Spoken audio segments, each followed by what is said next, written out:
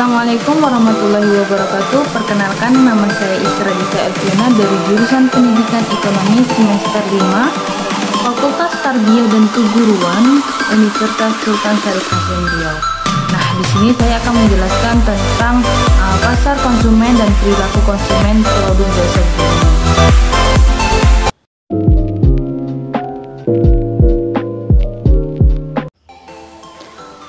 Pasar konsumen dan perilaku konsumen produk jasa guru. Tinjauan pustaka dari pasar konsumen adalah kelompok individual, perorangan maupun rumah tangga yang membeli dan mengonsumsi barang dan jasa untuk kepentingan pribadi maupun rumah tangga, tidak untuk maksud lain. Nah, perilaku konsumen tinjauan pustakanya yaitu adapun model dan rangsangan dan tanggapannya. Yang pertama itu ada rangsangan yang dibagi menjadi dua, yaitu rangsangan pemasaran dan rangsangan lingkungan. Nah, untuk rangsangan pemasaran itu meliputi produknya. Nah, produk di sini dia tuh bagaimana kualitas, modelnya, bahan yang dipergunakan, fitur, popularitas mereknya, dan garansinya. Nah, yang kedua yaitu harganya. Harganya tuh mencari yang murah, harganya kritis, pemberian diskonnya, dan fasilitas kredit dan lain sebagainya. Yang ketiga adanya promosi. Nah, promosi itu seperti iklan, promosi penjualan, sales girls, dan publisitas. Yang keempat yaitu distribusi. Nah, distribusi ini maksudnya kemudahan untuk memperoleh barang tersebut, windows displaynya yang menarik, kemudian mudah membandingkannya dengan merek lain. Kemudian untuk rangsangan lingkungannya itu yang pertama itu kondisi ekonominya. Nah, kondisi ekonomi ini maksudnya pendapatan sekarang, harapan pendapatan di masa depan, tingkat konsumsi, inflasinya. Nah, yang kedua yaitu perkembangan teknologi. Nah, perkembangan teknologi ini yang dimaksud dari rangsangan lingkungan ini inovasi produknya baru, adanya barang atau kebutuhan subsidi atau komplementer. Yang ketiga yaitu situasi politik. Nah, situasi politik ini maksudnya resiko, fasilitas, kemudahan, dan peraturan pembatas. Yang keempat kondisi budaya. Nah, kondisi budaya di sini ada tradisi, kebutuhan sosial, strata sosial, seremonial, dan kepercayaannya. Proses perilaku faktor pengaruh pada proses pengambilan keputusan. Nah, di sini ada dua faktor yang menjadi pengaruh pengambilan keputusan. Pertama itu faktor personalia. Nah, di mana pengambilan keputusan ini membutuhkan motivasi, persepsi, dan pemahaman, kepercayaan, sikap, dan kepribadian seseorang dalam mengambil keputusan tersebut. Yang kedua yaitu faktor sosial, di mana proses pengambilan keputusan ini aspek dari kulturnya, subkulturnya, kelas sosial, kelompok referensi, keluarga, serta peran dan status seseorang dalam kehidupan kelompok.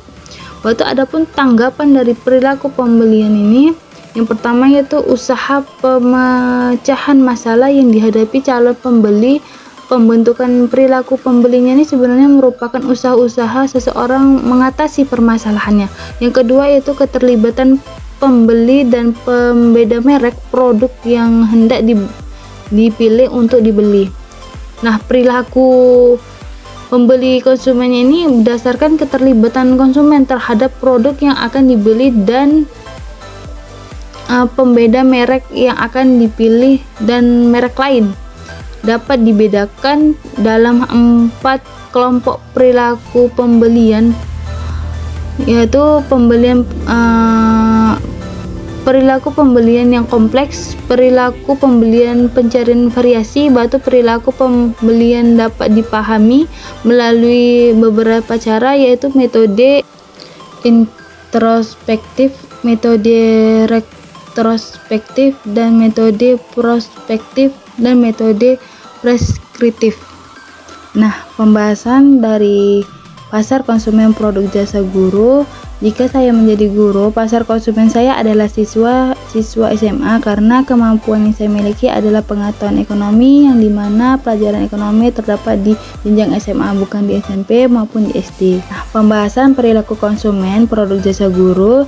Jika saya menjadi guru, perilaku konsumen saya itu dilihat dari bagaimana saya laku di tempat yang tepat, serta tugas saya ada dua, yaitu bagaimana saya menyesuaikan produk saya sebagai guru dan bagaimana saya menciptakan produk saya sebagai guru.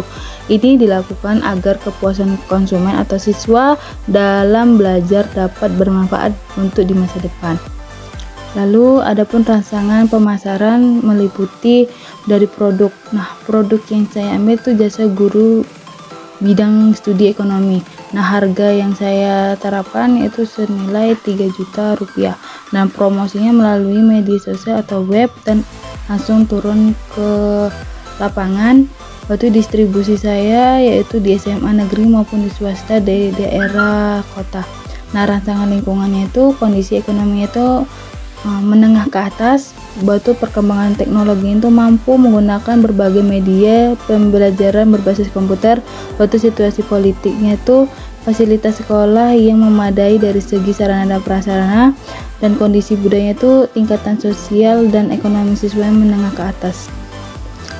Nah, tanggapan dari perilaku konsumen produk jasa guru ini, yang pertama usaha pemecahan masalah yang dihadapi pembeli. Di sini maksudnya sebagai guru, pertama di sini saya harus bisa dan mampu melihat peluang dengan baik dan yang sesuai dengan jurusan yang saya miliki, dan tentunya di sini saya harus mencari sekolah-sekolah yang sesuai dengan pendapatan yang dimiliki dan melihat kondisinya apakah jauh atau dekat. Batu keterlibatan pembeli dan pembeda merek produk yang hendak dipilih untuk dibeli. Di sini maksudnya saya harus menyesuaikan produk yang saya punya. Nah, di sini contohnya saya kan tamatan S1 pendidikan ekonomi. Di sini guru tersebut mencari sekolah-sekolah khusus SMA yang berkaitan dengan jurusan yang saya kuasai dan memilih sekolah yang memiliki akreditasi A agar produk yang dimiliki tersebut bisa berguna untuk di kehidupan saya nantinya.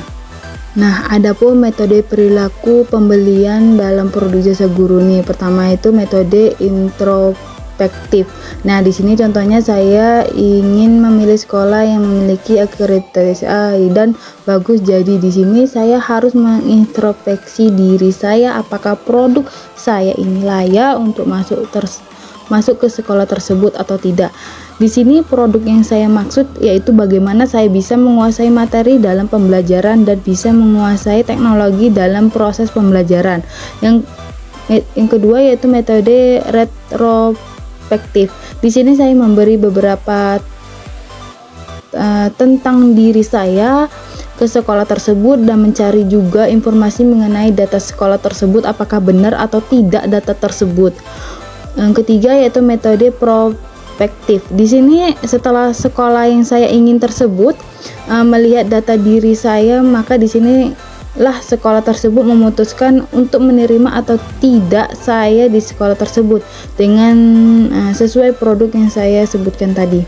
Nah, yang terakhir yaitu metode perspektif. Di sini setelah sekolah melihat data diri saya, selanjutnya sekolah tersebut memilih saya untuk mengajar dalam mata pelajaran ekonomi di sekolah tersebut sesuai dengan jurusan kuliah yang saya kuasai. Sekian presentasi saya. Lebih kurangnya saya mohon maaf. Wabillahi taufiq wal hidayah. Wassalamualaikum warahmatullahi wabarakatuh.